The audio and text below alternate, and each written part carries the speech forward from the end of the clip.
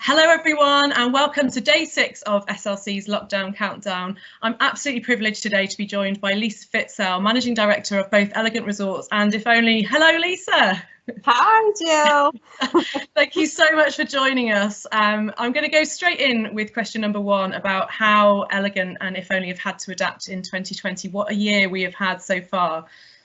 Oh my goodness, yeah, it's been crazy, hasn't it? I mean, I think adapt is the key thing, isn't it? And I really thought about this and I thought, well, you know, when you think about the whole journey, and it has been a journey, it's about, to me, it's been about adapting every step of the way, because it's been different sort of times for wherever we are in it, hasn't it, really? So, so communicating to our staff and our customers has been the absolute priority.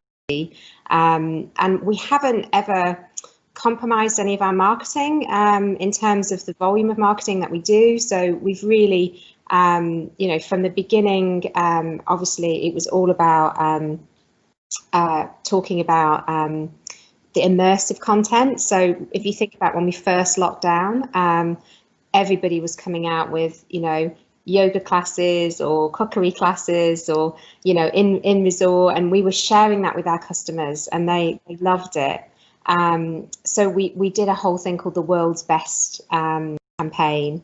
And so it was really, the beginning for me was really about keeping them inspired and interested, but we knew they weren't going to book holidays, but let's just keep people interested in different things.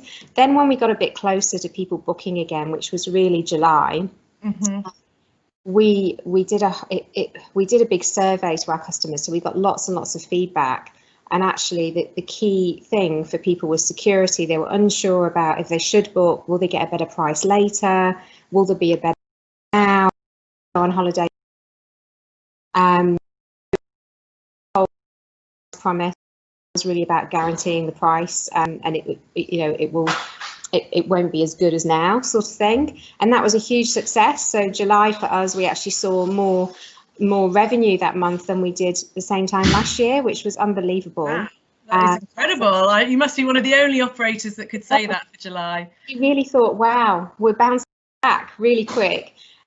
You know, it was just, you know, the message from the government, you know, with this air corridor going and this air corridor, you know, it was just, the consumer confidence was just, you know, obliterated really. And August was a completely different story. So, you know, we needed to adapt our messaging again at that stage. So as part of our survey, there was definitely a demand for UK and Ireland staycation. So we launched a whole product range, UK and Ireland product range. And then we did a lot of work on our villa expansion in the Caribbean as well. So that all happened around that sort of July time.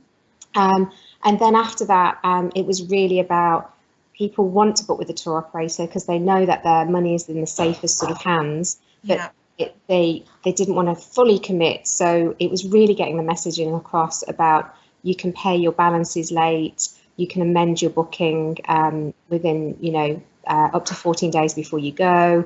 You can have a refund up to 30 days before departure. So we've built this whole elegant sort of promise, which is really, you know, to give people real security that, you know, it's safe to book your holiday, and you know, all around flexibility as well, giving them that flexibility. Yeah. So it you know, there's been lots of pivots. That's been a real word that people have used. I don't think anyone's used it as much as they have this year, have they? We're all pivoting like ballet dancers. So that's sort of the answer to that one. And looking forward to 2021, I mean, what's your big hope for 2021? I think, you know, we're not expecting a big recovery until, you know, past Q1, really, you know, Q2 onwards. So, you know, that's where we are at the moment. We think it's going to be a stop-start approach until sort of the end of March, until we've got news of a vaccine, until we've got rapid testing in place at airports. It is what it is, and we just have to maximise, you know, what we can do in terms of business. And just, you know, deal with what's coming in really quick, sort of professional basis, really. Yeah. Yeah. So we've all been innovating, and so have other brands all across the world, travel and non-travel. What's caught your eye in terms of COVID innovation? Yeah, I mean, you know, my head's probably so been in travel 24/7 that I haven't seen so much outside of travel, which I think feels really bad. But for me, it's just about immersive, you know, immersive content and Zoom environment. I mean, it's changed our world, hasn't it? You know, so, you know, we had our annual awards last week, as you know, and, Absolutely. you know, it was, you know, it was amazing. 180 people from all over the world, all chatting on the chat box. You know, it was just fantastic, and really engaged. You know, it wasn't just a presentation with everyone just sitting and watching it. It was really great. And we had awards for the best sort of immersive content, and you know, Shamwari won one of them because they did a live safari as one of their training staff, which was absolutely fantastic. And then next week we've got our first Chairman's Club event. So this is for our high net worth customers, and it's Eden Rock in St Bart's has just opened, so it's a live tour of Eden Rock with our clients, and we're going to be sending them gin and tonics in the post this week, so they'll all sit with their gin and tonic and just have a nice little walk through a resort. So, and we're going to keep doing that. So as we're in the world of COVID and lockdowns, we'll keep engaging and keep trying new things until we can get face to face in person again. Yeah, fantastic. Well, you should be really applauded for all your efforts to move and pivot online. Final question then is, all borders are completely open. Where's the first place you, Lisa Fitzell, would be heading? It's Thailand. Yes. Because, you know, I lived there for 3 years, and I've been back in the UK for nearly 3 years, and I haven't been back.